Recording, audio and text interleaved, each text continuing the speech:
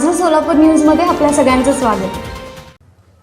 आणि 10% मराठीवर लादायचं काही करू आणि हे पोरग ऐकतच नाही.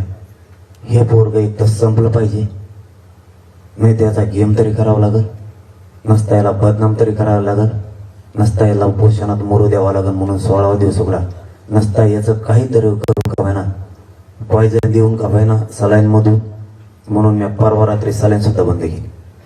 किंवा याचा एन्काउंटर तरी करावं लागेल. हे तेवढं करायचं एवढीच कुमकुम आहे ना. बैठक संपल्यावर मी सागर बंगल्यावर येतो, मला मारून दाखवतो.